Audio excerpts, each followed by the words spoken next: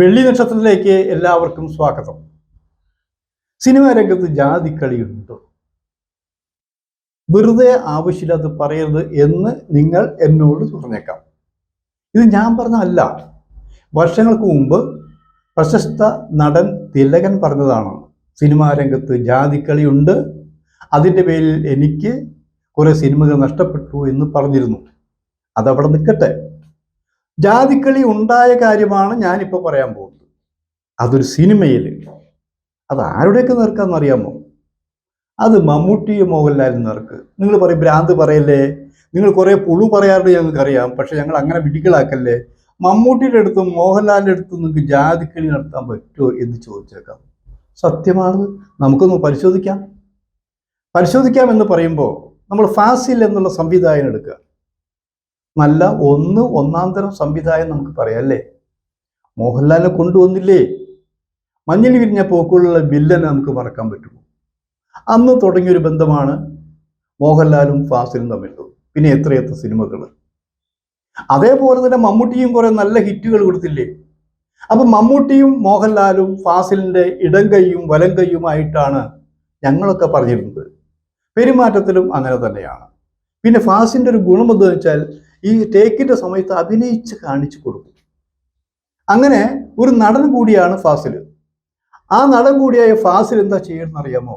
താൻ ഇനിയൊരു സിനിമ എടുക്കുകയാണെങ്കിൽ ഈ രണ്ടുപേരെയും തുല്യ പ്രാധാന്യമാക്കി ഒരു സിനിമ എടുക്കണമെന്ന് വിചാരിച്ചു. മമ്മൂട്ടിയായിട്ട് കഥ സംസാരിച്ചു, മോഹൻലാലോട് കഥ സംസാരിച്ചു. രണ്ടുപേരും വക്കീലുമാരാണ് സംസാരിച്ചു. എല്ലാവർക്കും ഇഷ്ടമായി. ഒരു നടിയുണ്ട്. ഈ നടിയെ രണ്ടുപേരും പ്രേമിക്കുന്നു. ഒരേ വസ്ത്രം. ഇങ്ങനെയൊക്കെ പോയിക്കൊണ്ടിരിക്കുന്നത്. പടം സൂപ്പറാവും, ഹിറ്റാവും, യാതൊരു സംശയവും ഇല്ല. അതാരാ? ത്രിമൂർത്തികളാണ് ശരിക്ക്. ഫാസില്, മമ്മൂട്ടി, മോഹൻലാൽ മാത്രം മതിയല്ലോ. അങ്ങനെ പടം കയറി കൊളുത്തും എന്നുള്ള ധാരണ വന്നു. പക്ഷെ അതിനിടയിൽ ആരോ പറഞ്ഞു ഇത് ഇത്തിരി ലാഗ് പോലെ ഫീൽ ചെയ്യുന്നുണ്ട്. ക്ലൈമാക്സ് എടുത്തപ്പോൾ ക്ലൈമാക്സ് കുഴപ്പമൊന്നും ഉണ്ടായിട്ടില്ല. പക്ഷെ ക്ലൈമാക്സ് ഒന്ന് മാറ്റിയെടുത്താലോ എന്ന് വിചാരിച്ചു.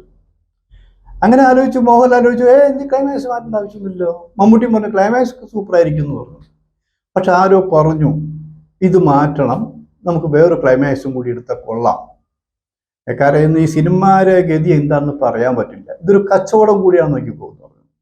അങ്ങനെ ഫാസിൽ ഇവർ രണ്ടുപേരും ഒഴിവാക്കി, മമ്മൂട്ടിയും മോഹൻലാൽ ഒഴിവാക്കിക്കൊണ്ട് പുതിയൊരു ക്ലൈമാക്സ് കൂടി ഉണ്ടാക്കുകയാണ്. ആ ക്ലൈമാക്സ് ഉണ്ടാക്കിയപ്പോഴും ഫാസിൽ ചോദിച്ചു ഇത് പ്രശ്നമാവില്ലേ? പ്രശ്നമാവും. പക്ഷെ പ്രശ്നമാവുമെന്ന് പറയാനിവിടെ ആരെങ്കിലുമൊക്കെ വേണം. സിനിമക്കാരാകുമ്പോൾ ആരും അങ്ങനെ ചിന്തിക്കില്ല. അവർക്ക് എന്തും ചെയ്യാലോ. അപ്പൊ ഭരണത്തിലിരിക്കുന്ന ആൾക്കാർ പോലും സിനിമാക്കാരുടെ ആരാധകരാണ്. അവർ ചെയ്യുന്ന പല കാര്യങ്ങളും കണ്ണടച്ചിരിക്കും. അതാണ് സ്ഥിതി. നമ്മളൊക്കെ ആദ്യം വിചാരിച്ചത് തമിഴ്നാട്ടിലാണ് ഈ സിനിമാക്കാർക്ക് ഏറ്റവും കൂടുതൽ ഫാൻസ് ഉള്ളത്, ഭരണാധികാരം എന്നുള്ളത്. അതല്ല, ഇവിടെയുണ്ട്. ഈ തമിഴ്നാട്ടിലെ കാര്യം വെച്ച് സംശയിക്കേണ്ട.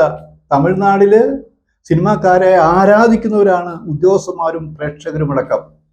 പറഞ്ഞ നമ്മുടെ ഉദ്യോഗസ്ഥന്മാരോ ഈ സിനിമാക്കാരാകുമ്പോൾ അവർക്ക് ഈഗോ ഇളകി ഇവരെ കുറ്റപ്പെടുത്തി ചൂടാക്കാനൊക്കെ ശ്രമിക്കും. എങ്കിലും ഗവൺമെന്റിൽ വരുന്ന ആൾക്കാർ ഇവർക്ക് കുറെ കൂടി ഫേവറേറ്റാണ് ചെയ്യാറ് വന്നു. അങ്ങനെ പുതിയൊരു ക്ലൈമാക്സ് എടുത്തു. ആ ക്ലൈമാക്സും ഓക്കെ. അപ്പൊ ആരോ പറഞ്ഞു ഈ പടം മുമ്പത്തേക്കാൾ കൂടുതൽ സൂപ്പർ ഹിറ്റാക്കാൻ കഴിയും. കാരണം രണ്ട് ക്ലൈമാക്സ്. ഇത് ഏത് ക്ലൈമാക്സ് എടുക്കണം? അതാണ് പിന്നെ ചർച്ച വന്നത്. മമ്മൂട്ടി കാണിച്ചു, മോഹൻലാലിനെ കാണിച്ചു, രണ്ട് ക്ലൈമാക്സ് വന്നു. പക്ഷെ ഇവര് രണ്ടും നല്ല ക്ലൈമാക്സാ. പക്ഷെ രണ്ട് ക്ലൈമാക്സ് ഇടാൻ പറ്റില്ലല്ലോ. പക്ഷെ ഇതൊന്നും ഇവർക്ക് മനസ്സിലായില്ല.